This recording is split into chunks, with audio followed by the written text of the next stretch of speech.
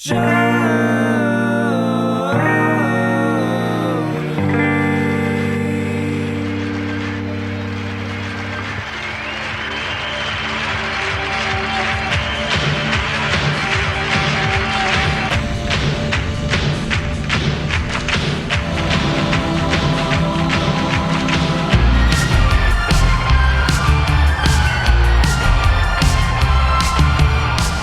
hello, everybody. Welcome to another installment of Show to Be with Mike G, the show of life, the show of RTDs, entrepreneurialism, and the Ranch Water Cocktail. That's right. Today we're talking to the founder of Ranch 2O Spirits, Amelia Lettieri, about her life, how she got in the food industry, was working with some money, 7-Eleven, etc., etc. Great story, and it led to Ranch 2O Spirits. Now, I know RTDs are a massive category, and they are growing more and more every day. I've been skeptical of the category.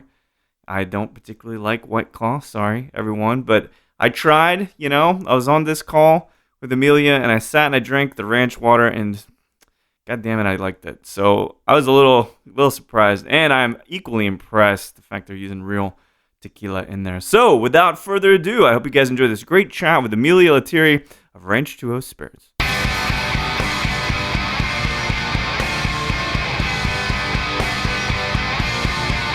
Yeah, she was an accountant and basically helped small businesses with their books so that every year they could take them to the CPA. And now having to do my own books, I wish she were still here. She passed away 6 years ago, but I'm like, every day I'm like, I wish my mom were here to do this for me because it's a pain. Yeah, it's my least favorite part of owning a business. Yeah, it's not fun. But sometimes when we have such strong examples, it inspires us to be even more than we thought. When you went into these ventures, and we'll talk about kind of your litany of experience, but was she a source of pride, a source of inspiration as you kind of went on your own with Ranch 2O? Oh, 100%. So my mom started her own business when I think was in middle school. And I remember asking her one day later in life, what made you do that? What gave you the courage to start your own business?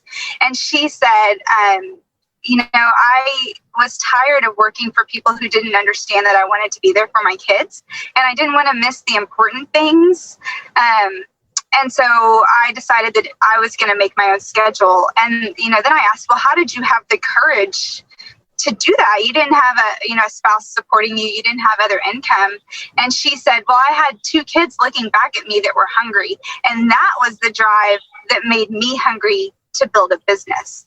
And I love that because I think back to high school and I was, a cheerleader and my sister did all kinds of stuff. And I remember her being at my pep rallies. She was in the cafeteria lunchroom, serving a honor roll pizza, selling prom tickets. I remember those moments about it. Instead of, my mom was always working. She couldn't be there for things. She set her own schedule. And I love that. I mean, as an adult looking back, I'm so grateful that she was courageous enough.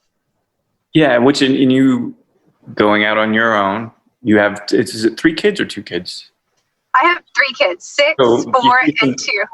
Some parallel, right? Yeah. And how do you, because I'm not a parent, so I always defer to people who have this plethora of experience, but how do you create that balance of being a mom, but also being a CEO, I believe, of this ready to drink, just an amazing product? How does that balance work for you?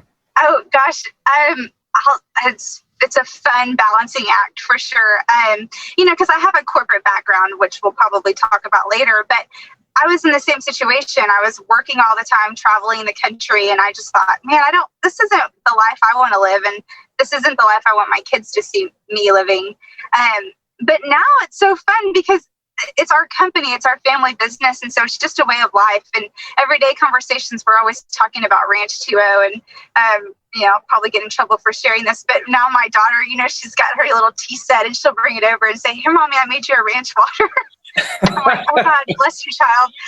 So it's fun. Like my kids, they're young, they don't get what we're doing, and the day that it hit the market, I told them, like, guys, mommy and daddy created this product and now we can go buy it at the stores. And they couldn't have cared less. They were like, oh, that's cool. The funny part or the irony almost is you gave birth to kids creatively, but the real kids don't even care. It doesn't even resonate with them. We'd kind of joke, like, one day when you're in college, you'll be like, gosh, y'all were so cool back then. But it's part of like being a CEO of this business. My kids, they hear us talk about the company, they hear us talk about the challenges. But they also, they're sitting on the floor with me helping. We have little marketing boxes, which you probably got one. They like to help me put the boxes together and, put the drinks in them. They think that's a lot of fun. So I love that we're able to use them. They feel helpful in a meaningless way to them, really. Yeah, a full family affair, I would say. Yeah. But this story starts because you grew up in Midland, is that right? No, I grew up in Dallas, but half my family is from West Texas. My mom grew up in a small town outside of Odessa, outside of Kermit. It's called Wink, Texas.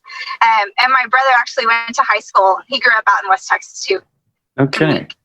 And so there's the drive, there's this entrepreneurial aspect. I always ask people this too, because I'm talking to a lot of people that are in the bar industry.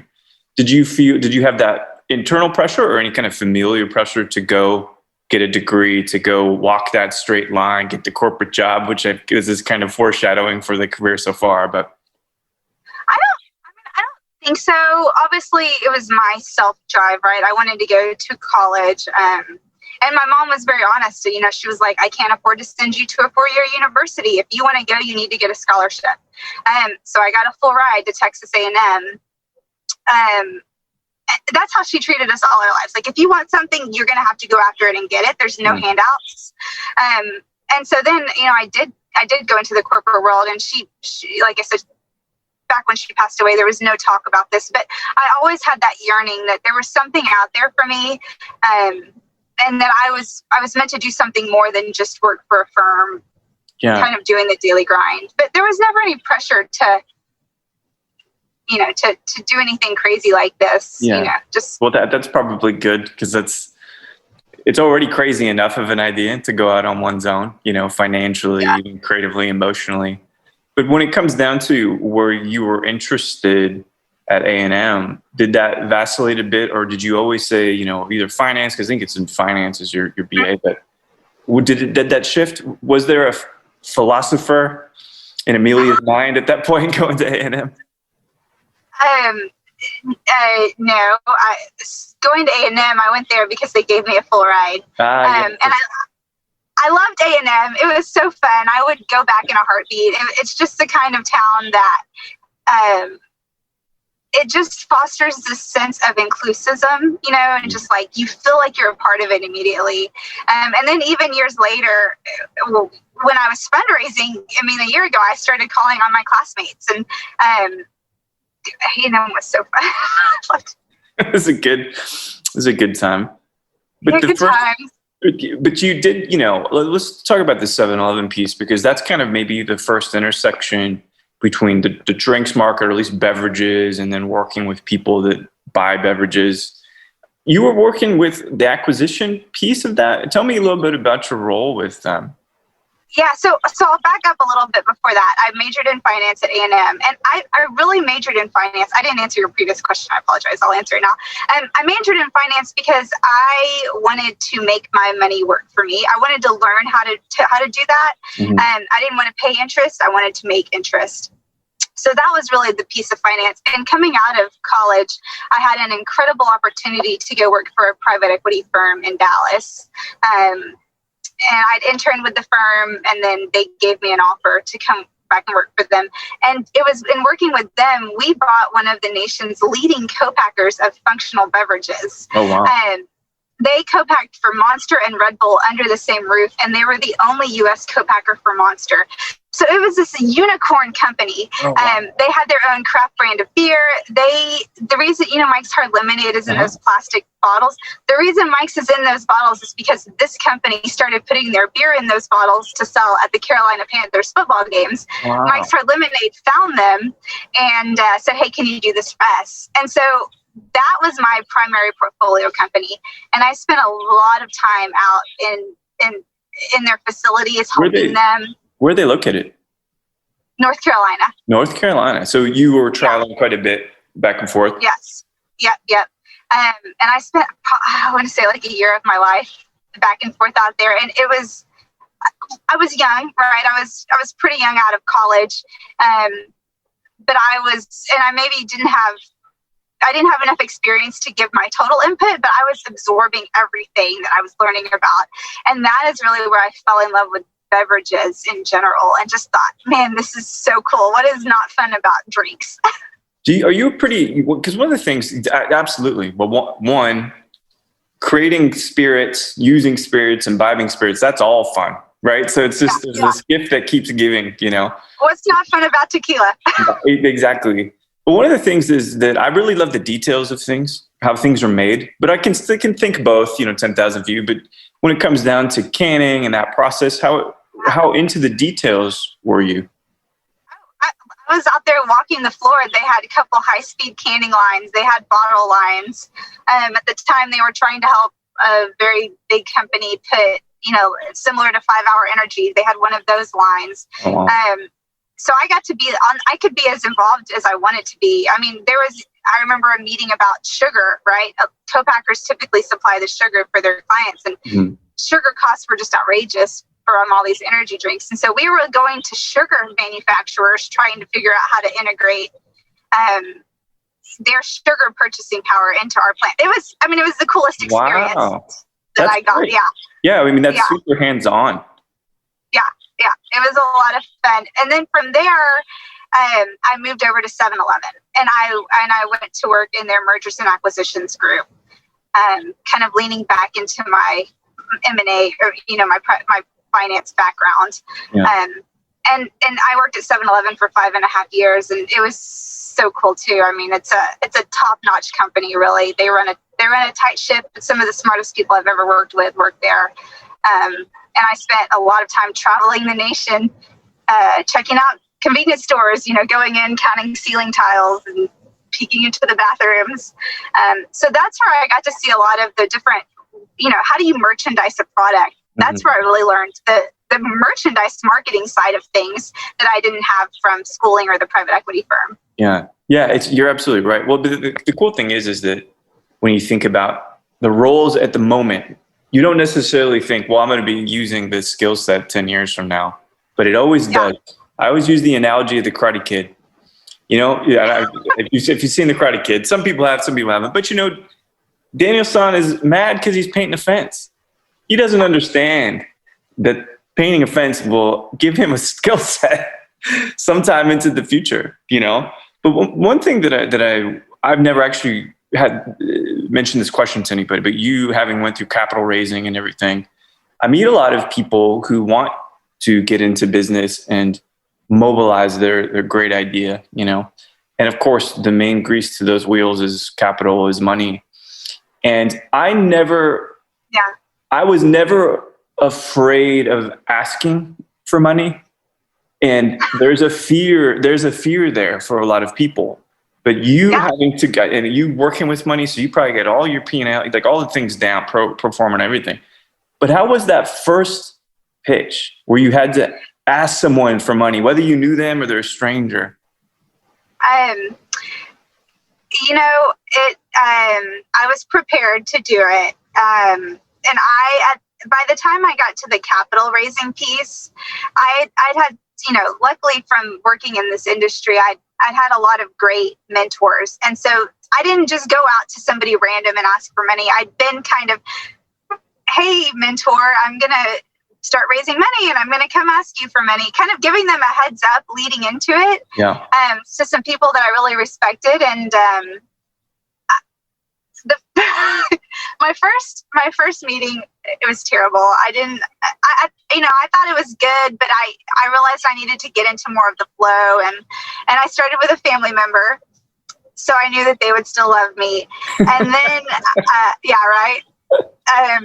But I went in thinking everyone is going to tell me no, and so if I go in thinking that, then I don't need to worry. I don't need to be afraid to ask for money. They're going to tell me no, so I'm going to tell them. But what I did was, when I would contact somebody and say, hey, I want to tell you about what I'm doing, and I'm raising money, and I'm going to ask if you're interested in investing. So I was upfront about that before the meeting. Yeah. And I probably too, I like to start with the hard things and go easier. And so I remember one of my first meetings was with a partner from Bain, the consulting firm. And I thought, man, if I'm going to meet with a tough investor, it's going to be a consultant from Bain. They are going to know how to ask the questions and dig deep, right?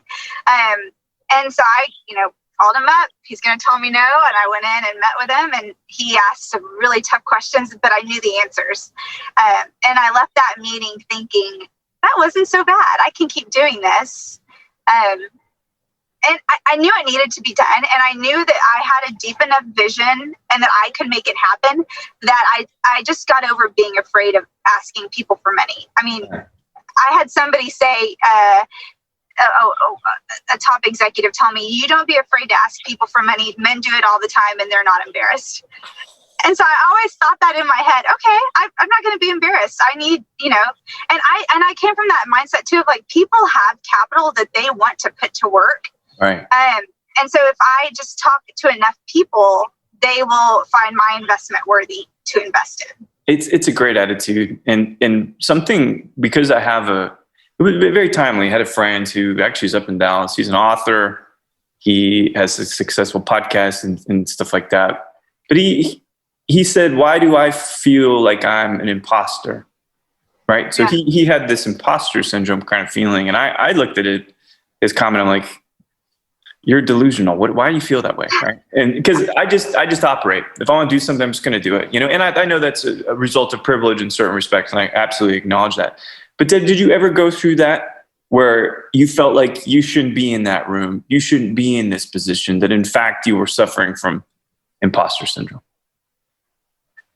No, I never thought that. And I'll tell you why. Because I went to investors, people I'd worked for. And so I have several people I used to work for that were my bosses that invested in this. And having that knowledge that I worked for them and they were willing to meet with me. They knew who I was. I've been the same person, ever since I started working. Mm-hmm. And so I never felt like an imposter. It felt like a dream at some points of, like, is this really happening? And I'll tell you, fundraising was not easy. I started fundraising at the end of January and was halfway to my goal by March 1st. Wow. And this is January of 19 or 18? 2020. This year? Or sorry, last year? yeah, last year, right? So January, to March, I was halfway to my goal, and then the pandemic hit, the markets crashed. Yeah. I lost most of those soft commitments overnight, it felt like. And so I was just like, okay, God, what are you telling me? Should I stop or should I continue? And I had a good friend who's an entrepreneur in Dallas, and I called him and I said, I don't know who to talk to. I don't know, like the world is crashing. And he said, Amelia, just keep going. The people that don't make it happen are the quitters. So I thought, okay. And he said, have you reached out to your A&M network? And I said, no, I need to reach out to some classmates. And so I started reaching out to some new people. And then, fundraising, I think you mentioned you haven't had to fundraise. No, I've had to fund. It's not fun. Yeah. Okay. So you probably can experience this too. It's like pouring honey out of a jar, right? You go meet with a bunch of people and there's no honey flowing out of this jar. And then all of a sudden the honey just starts dumping out and you're like, whoa, what happened? Like, oh my God, that's way too much honey. That was like so true. I went, obviously COVID-19 didn't help and the pandemic didn't help, but I started talking to people, and the answer was no, no, no. And then I went and talked to somebody, and during this time, I didn't lose all the money right away. People were having to back out kind of over time. And I called one of my former bosses and just said, hey, I'm starting this business. I'd love for you and your wife to invest. And he said over the phone, great, we'll give you X amount of money. And he was like, can we try the products? And I said, absolutely. When can I come over? I went over and met with them. And that next day, I got a text from another investor and said, hey, I know we committed X, so we're going to have to back out. Okay, what am I doing here? And then I just thought, I need a sign, God, like, I need a sign. And I got a text like an hour later from the man and his wife, and he said, hey, Amelia, I know we said that we were going to give you X amount. And I thought, oh, here's my sign, right? And he's like, but we loved your drink, so we're going to double it. Oh, wow. I was like, oh, okay. And he goes, and we have some good friends that we think would love this opportunity. Can we share this with them? And I thought, at this point, yes, please. They shared it with them. And the next week I went and met with them. And they were like 20 minutes into the meeting, we love this. We're going to give you X amount of money, which was more than anybody else had given me at that point. Wow. I was like, dang, these people just met me. This is incredible. And then they said, hey, we've got some other friends that would love to be a part of this deal. Can we tell them? Yes, please. And so then the next week I met with them, and you know, in a course of 1 week, I raised everything back, plus was almost close to meeting my goal. And in the end, I ended up being oversubscribed. Oh, wow. And so I was talking to a couple of advisors, and I was like, hey, I'm closing funding this week. I'm oversubscribed. But I think it's worth it. I want to, I'll take all this. And they were like, well, we don't want to miss out. Can we throw in X amount too? So then I was like, well, okay. Okay. So that it ended, I think I closed funding in July and ended oversubscribed. And it was not easy. It was not painless, but it was worth it to just keep going. I just always had in my mind, just keep going. You know, it's interesting is we're both surrounded by people in the industry, the hospitality industry, which, unlike many other industries, if not the most, has been affected financially, emotionally by quarantine and COVID and everything. But there is a balance to all of that distraught and all that sadness in a way, right? And I've seen so many people still drive forward and succeed, and I feel like there is really, really a balance there. But to get on this path in the first place, what was that moment where you knew it was right to finally go your own way? Yeah. So if you back up to early 2019, think about White Claw. People haven't really known about White Claw until mid 2019, right? That's how quickly that took off. And, obviously I had known about ranch waters pretty much my whole life. And I never thought people didn't know what they were. I just thought, oh, it's what we drink when we go out to Midland, out to West Texas. And we started noticing that in Dallas, restaurants were putting ranch waters on their menu, which was like, this is awesome, finally. And one day my neighbor texted and just said, hey, I want to make this drink called a ranch water. Do you have any limes? And so back up just a little, my husband and I, just always kind of being entrepreneurial, we always said, we need to find a simple solution to a common problem. That is the key, right? Simple solution to a common problem. So my neighbor texted, do you have any limes? And, I was like, out loud, I was like, no, I don't have any limes, but I love a ranch water. And my husband was sitting next to me and he was like, you think that there would already be a prepackaged ranch water like Bethany Frankel's Skinny Girl Margarita? And I was like, yeah, you think so? So I, quickly Googled it, and I was like, but there's not one. And he stopped what he was doing and he turned to me and he goes, this is it. You're going to do it. This is your solution to a common problem. And I was like, okay, honey. And he's like, no, I'm serious. You have all these footprints that you have created over your career. You're going to do this. And so that, it was really his encouragement. I kind of say he saw the vision for me before I did. Yeah. And then we started the fun of tasting tequilas. Yeah. So tell me, Now we're speaking my language, as we get into the booze piece of itself. But the first thing is that, you have, is it 4 marks? I know that I have the ranch water here. I know that there's also vodka soda, which makes sense. Was it a margarita also? Yeah, we have a classic marg and a vodka soda with cranberry. Oh, and then we're launching a gin fizz in the spring. We held off on launching that one, which you have your own brand of gin, right? Yeah. Tell me about the gin fizz that you've got. Okay, there's no egg whites in it. That's the number one question I always get. Totally good with that, actually. Yeah. In a canned product, doesn't work so well. We actually formulated our own gin. And so going back to my marketing hat from 7-Eleven, the ranch water was the baby. That's what started it all. But I knew, okay, the margarita, that's the number 1 cocktail in the U.S. Mm-hmm. I wanted to create a lineup of products that would appeal to an array of tastes.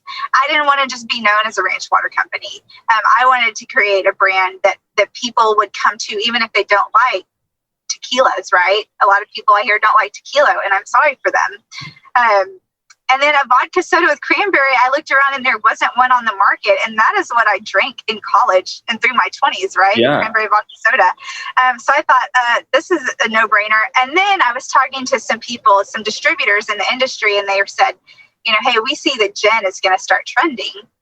And I thought, well, I want to be on the right side of that trend, so let's do a gin. But through that research, I found that a lot of people don't like gin. Right. And I don't know, it's misunderstood, right? Oh, I just, I'll tell you this. How I know we can be mates now is because gin is a very special thing. And I recall the years of doing tastings and all of that, and people said, I'm allergic to it. And in my head, I'm thinking, no, you're not. There are no allergens in gin. Maybe cedar berries, but no one uses that kind of juniper. So the fact that you're that open-minded to what is a beautiful category of spirits makes me realize you're really about the category, not just about these single, what's called one-hit wonders. Right. And that's exactly right. I wanted to be on trend, but then I also wanted to build something that was lasting. With our gin, though, we actually formulated our own gin. Wow. Because people don't like gin. That's what they say, right? And so I thought, what is it about gin that people don't really like? Is it too much juniper berry or not enough? And so we played with the juniper berry in our gin. Mm-hmm. And going back to, I wanted to appeal to an array of tastes, right? And so so in our gin, in all my tastings with investors, I would go in and there would occasionally be the one that's like, hey, I don't like gin. So if I make a face when I try your gin, don't be offended. I just don't like gin. They would try it and be like, where can I get a case of that? That is so good. That makes me change my mind. And I think through all of the flavors and what we spent the most time creating was, I didn't want to create drinks that my friends would be embarrassed to know me for, right? Like, oh God, they're terrible. Like we can't even go hang out with them in public. And so we spent a lot of time thinking about what our friends would like. But I had a sommelier try our products in an investor meeting. Right, what could go wrong having a sommelier try my lineup of canned cocktails? I was like, the list goes on and on. Yeah, I was like, I'm going to raise no money in this meeting. This is going to be terrible. But after we got done, he held up the drinks and the gin in particular. And he said, the biggest compliment I joke, this is the biggest compliment I ever received. He's like, there's nothing offensive about your drinks. And I was like, yes, say more, please, in front of these investors. And he was like, no, what I mean by that is that if you are looking to go out to the masses with a product that's going to turn people on and that's going to be drinkable, you have hit it down the fairway. They sit clean on the tongue. There's no aftertaste. Even your gin tastes good. He was like, you've knocked it out of the park. I raised a lot of money in that meeting. I can't imagine. And it's, this is exactly how I feel about the ranch water. I've been pretty outspoken, not online, but just because I do tastings or pick barrels or whatever. So I'm in the liquor stores ever so often, and people buy it, and I give this one guy who keeps buying it. I'm not sure. There's one other brand out that I know. We'll talk about kind of the proliferation of RTDs here in a second, but I'm just like, Why can't just buy some tequila? You know, that's how and so Right. now that I've tried this, because it's been in my fridge, I've been waiting to where we're going to get a chance to talk. Inoffensive is too sterile a word. I'm going to say that you really achieved balance here.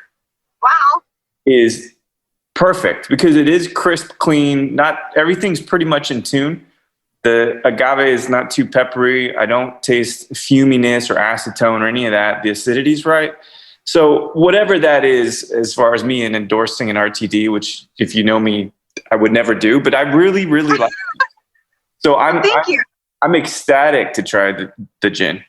I've got. Oh, that's awesome. Because have you been to the UK ever? My mom was born in England, so I'm actually half British. Yeah. Okay, well that explains the gin. But you know what you do is you not on the tube, but if you go take the train out into the country, into Leeds, wherever, at least my whole favorite thing is grabbing those Schweppes gin and tonics in the can. Those things are so good. And so I'm so glad that we'll finally be, now we want to have public transportation because Texas is bad about that. But at least I can stand at home and drink a gin and tonic more or less. I know it's a fizz, but yeah, I'm very excited about this. Oh, I'm glad to hear. Yeah. We're excited to launch it. When I go places, you know, I didn't know if people would be receptive to it actually. Yeah. But when I go places and people see our sales sheet, they're like, "Oh, you've got a gin and fizz?" I'm like, "Yeah, that's okay. Good to know." Yeah. Investing in gin always gives you cred, despite how people react to it. But I think that the economy to gin, I think it's warming up a lot too. But so it does raise a very, very interesting question, and not about the gin, but just RTDs in general. There is a proliferation. I can't tell you how many people have contacted me to ask me how that process is, that want to work to create one. It seems like everybody's trying to do this at the exact same time. And how do you deal with, or do you worry about what could be a very saturated market here? That's a really great question, Mike. Yes, the short answer is, of course, we worry about that. But I'll tell you what's funny is that when I first met with one of my first advisors to tell him, hey, we're going to start Ranch 2 Spirits. We're going to do canned cocktails. He said back in March of 2019, White Claw, truly nobody really knew or cared about him. He was like, well, are you going to do it malt-based or are you going to do pure spirits? And I said, we're going to do spirits because I want it to be a cocktail. And he was like, great, because the malt-based industry is already too saturated, right? Little did we know what Mike's Hard Lemonade and Truly would do for the market. And so, first of all, I think that RTD cocktails, spirit-based cocktails, are an emerging segment of the market. Mm-hmm. People historically haven't done them because the tax on them, the TTB tax is high for spirits, and we have to pay basically the tax on the water that's in the can too. So they're a little bit of unfairly taxed, so people haven't typically done them.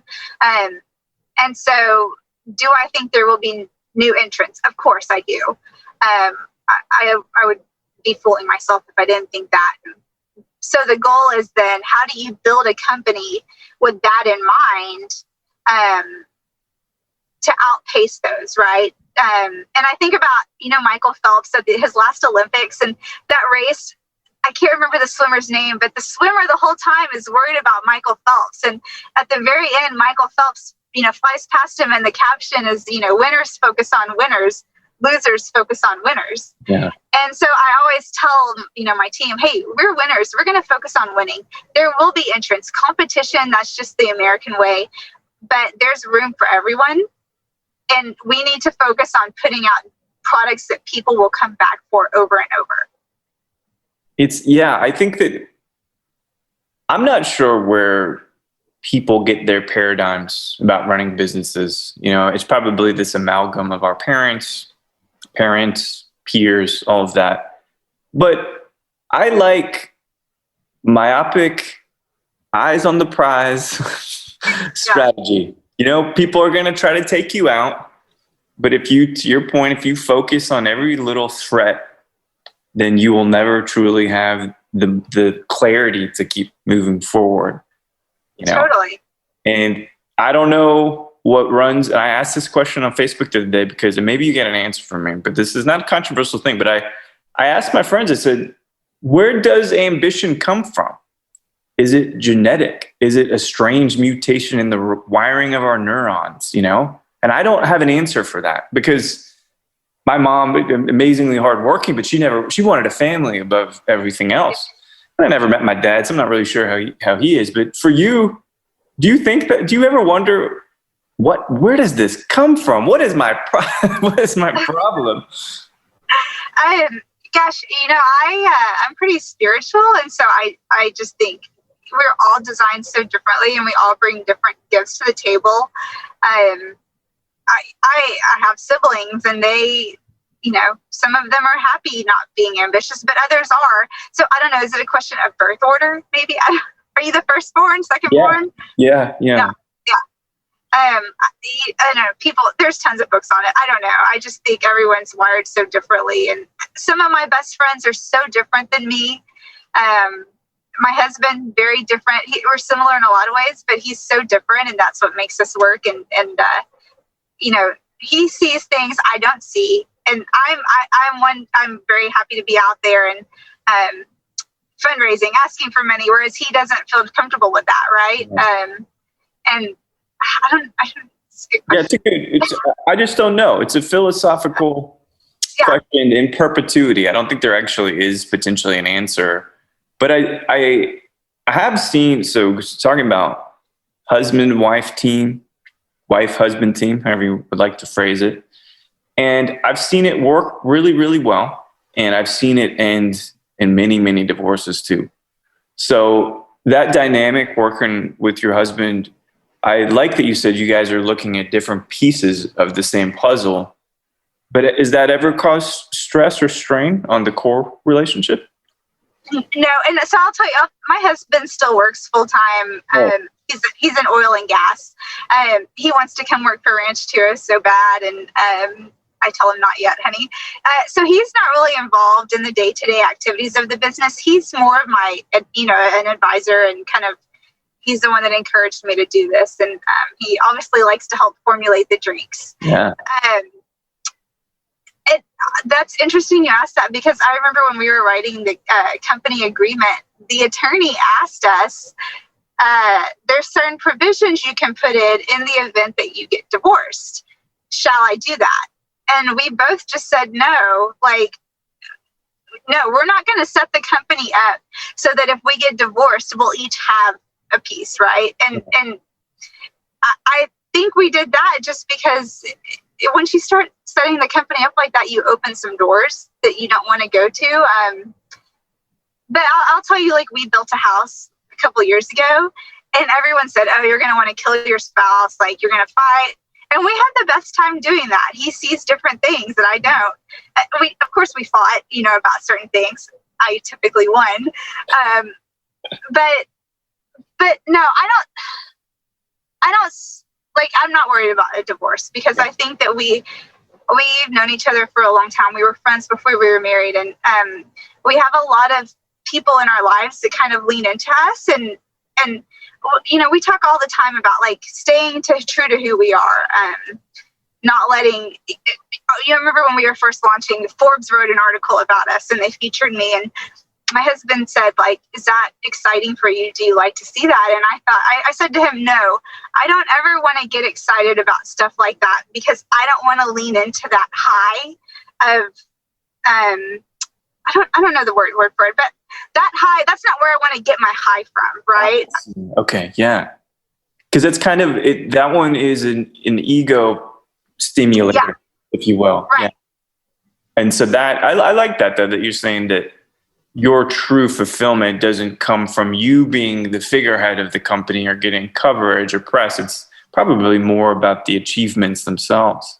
Right. Seeing the products on the shelves. That was so exciting for us. When our family, they launched randomly in Houston, the downtown specs, the famous specs. My sister-in-law was there to buy it, and when she got to the aisle, one of my investors was already buying it, and she doesn't know who our investors are, and she was like, hey, give me that. He was like buying everything, and he was like, no, these are mine. And she's like, yeah, but that's my family. Like, give me the product. And he's like, but I'm an investor. And she's like, oh, okay, never mind. And so, yeah.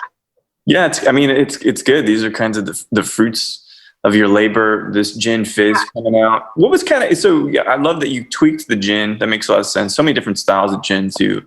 But I mean, just keep me honest. A fizz is ultimately just fizz. So some soda, or club soda, some citrus, a little sweetener, and gin. Is that roughly how you approached it? Yeah, we have a little bit of lime in ours. Yeah, I think that would be really nice. So when's that hitting again? We're targeting spring. That's cool. Talking about process just a little bit, and I won't dive into it too much because the tequila thing can be often difficult, but do you have to work with a distillery as well, or do the co-packers procure the spirits as well? So before we worked with a flavor house to formulate our products because I wanted to make sure that they were balanced, shelf stable, can stable. And it's weird, Mike. I've learned that a lot of people in this industry don't work with a formulator. They kind of do it themselves. Which is interesting. I'm not a chemist, and so I'm a finance person. I knew I didn't need to be formulating our drinks.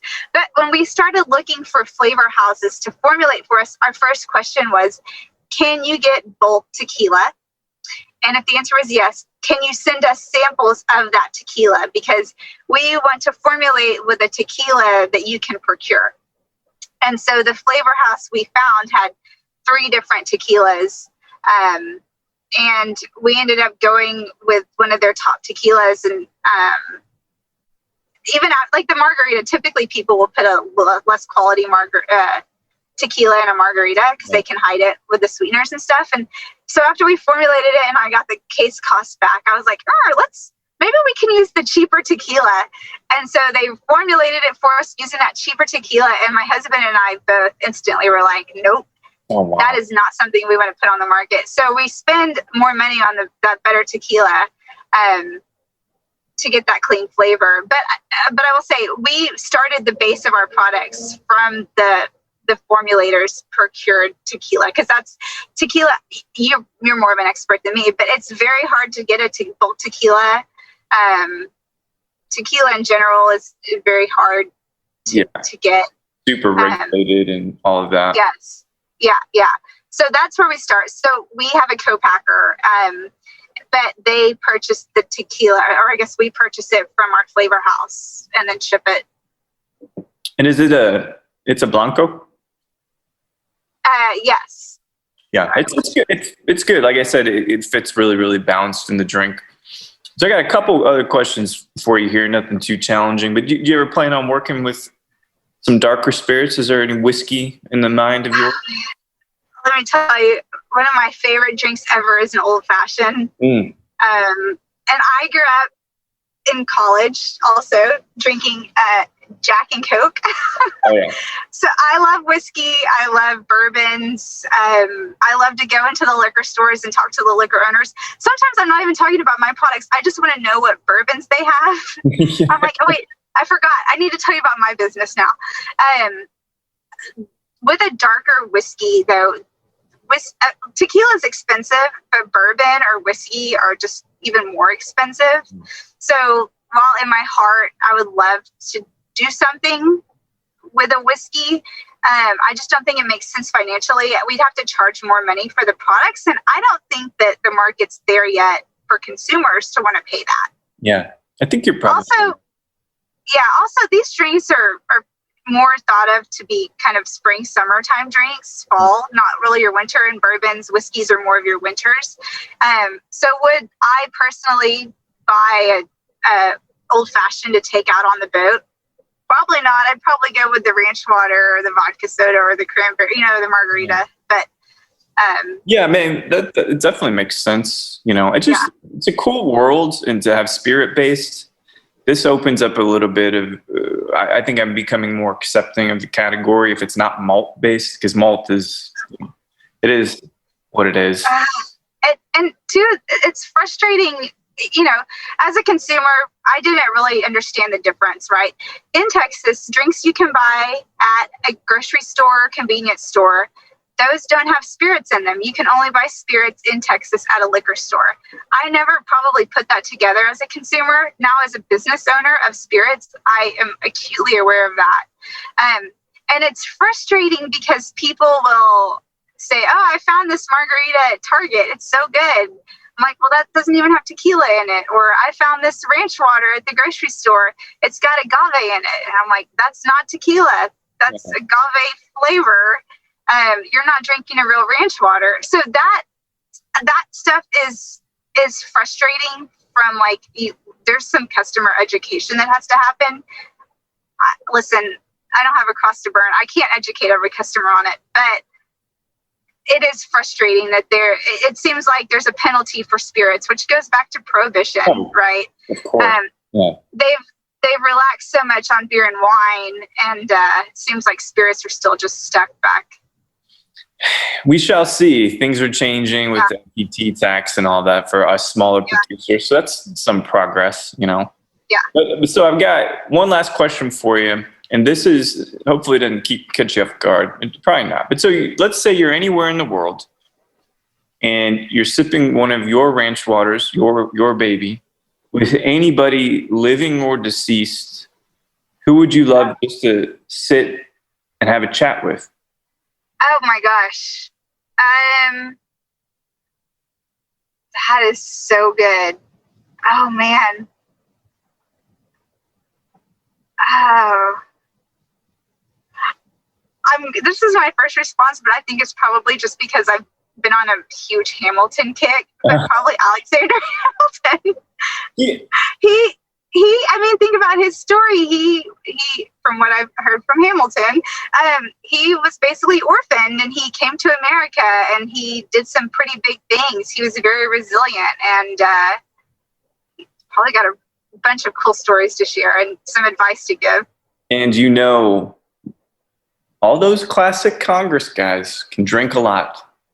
Yeah, exactly. I think we can rest assured that would be a good and very fruitful, lively pick. I think that's great. Well, it's been good chatting about the products, finally sipping it with you. I like waiting and kind of, because I don't have to lie. You know what I mean? I can say what I want, but I really like this. It's I don't want to change my mind, but Amelia, you got me kind of changed my mind on the ranch water a little bit.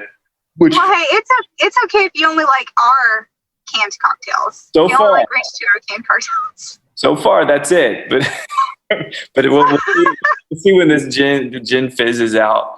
But it's been great chatting with you, and you're up in Dallas. I'm sure we'll run into each other at some point and grab a bourbon.